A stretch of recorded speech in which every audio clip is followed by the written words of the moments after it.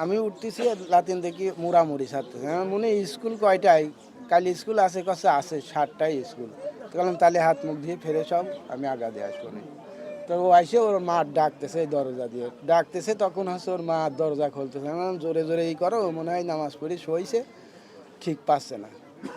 তো ওর দাদি আবার রান্না হয়ে গেছে, ও সবাই ঘুমের তো উঠার আগেই আমার রান্না হয়ে যায়, এর জন্য স্কুলে যাই এর খাবার টাবার দিয়ে দেওয়া লাগে। তো কাছে তোর মা মনে হয় বাইরে গেছে, দেখ তো বাইরে গেছে নাকি। ও আবার এই দিক দিয়ে জাতি জানালা দিয়ে হচ্ছে গা খেয়াল করছে, এখন দেখে মা ঝলতেছে।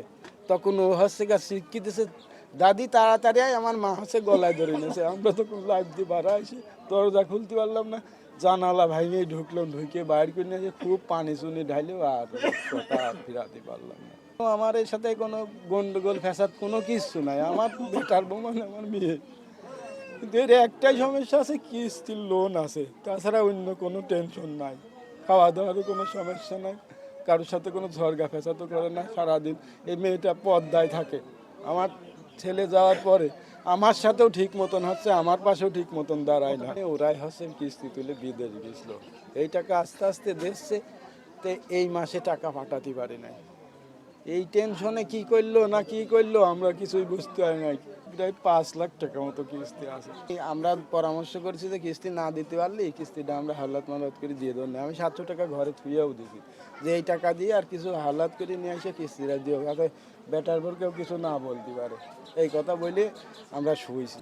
আর যে যে স্বামী বিদেশ কাতার থাকেন, জাহিদ হোসেন জাহিদ, সে আমার ভাগ্নি হয়, বড় বোনের ছেলে। আমি মধুর কলেজে সহকারী শিক্ষক হিসেবে কাজ করি। ওখানে আমি সকালে স্কুলে যাই। স্কুলে গেলে এবার আমার ওয়াইফ আমাকে ফোন করার পরে বলে যে এরকম জাহিদের বোন নাকি গলায় ধরে নিছে। আমি সঙ্গে সঙ্গে বাড়িতে ফোন দিলাম। ফোন দেওয়ার পর জানতে পারলাম এইরকম আসলে গলায় ধরে নিছে, আসলে গলায় ধরে মারাই গেছে।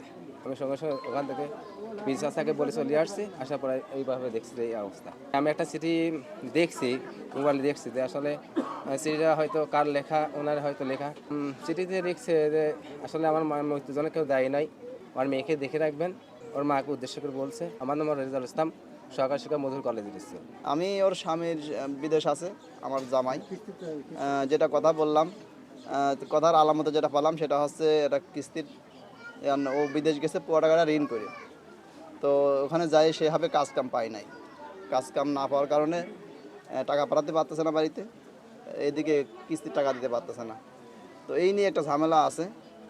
তো এখন আমার যেটা মনে হচ্ছে ওই ঝামেলার কারণে হয়তো বা এই ঘটনা ঘটতে পারে। আমার বড় ভাইয়ের মেয়ে, আমি রজব, আমার বড় ভাইয়ের মেয়ে, স্বাস্থ্য বড় ভাইয়ের মেয়ে। বড় ভাই মারা গেছে দীর্ঘদিন আগে। এই মেয়ে যখন বয়স মোটামুটি 1 বছর 1.5 বছর মতো, সেই সময় মারা গেছে। আমাদের নাতিন হয়, নাতিন আমরা ধরেন আমার কাউরে আমার সামনে পথে চলাফেরা করেছে, আমার সামনে পরে বড় হয়েছে। কোনোদিন তো তার দুইজন চলাফেরা কোনোদিন খারাপ দিন না, দুজনে একই সাথে চলাফেরা করেছে, কোনোদিন তার দুই কথা হয় নাই। কিন্তু এই মুহূর্তে এই কামড়লোকে আমি তো নিজেই চিন্তা করতে পারতেছি না, এইটা হইল কোন কারণে। সংবাদ পেয়ে আমরা ঘটনাস্থলে আসছি, তদন্তকারী কর্মকর্তাকে পাঠানো হয়েছিল। আমরা প্রাথমিক পর্যায়ে সুরতহাল প্রতিবেদন করছি। সুরতহাল প্রতিবেদনে ওনার যে গলায় রশি দেওয়ার যে দাগ, এই ব্যতীত শারীরিক কোনো আঘাতের চিহ্ন আমরা পাইনি। তো প্রাথমিক পর্যায়ে আমরা মেয়ের আত্মীয় স্বজন এবং ছেলেদের আত্মীয় স্বজনদের জিজ্ঞাসাবাদ করছি। এতটুকু জানতে পারছি যে তাদের সুসম্পর্ক খুব ভালো ছিল। তার হাজব্যান্ড বিদেশে গেছে, মূলত বিদেশে কিছু ঋণ করে টাকাগুলো ওখানে পাঠানো হয়েছে।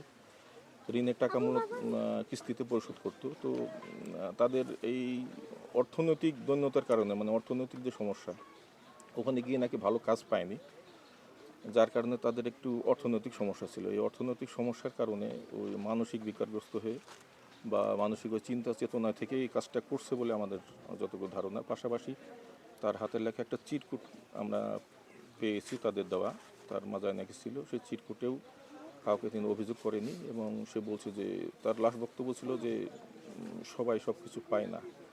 তার মায়ের কাছে মাপ চেয়ে গেছে আর বলে গেছে যাতে এই সংক্রান্তে কাউকে কোনো অভিযুক্ত না করে, তার কোনো ও কাউকে দোষারোপ করে যায় না।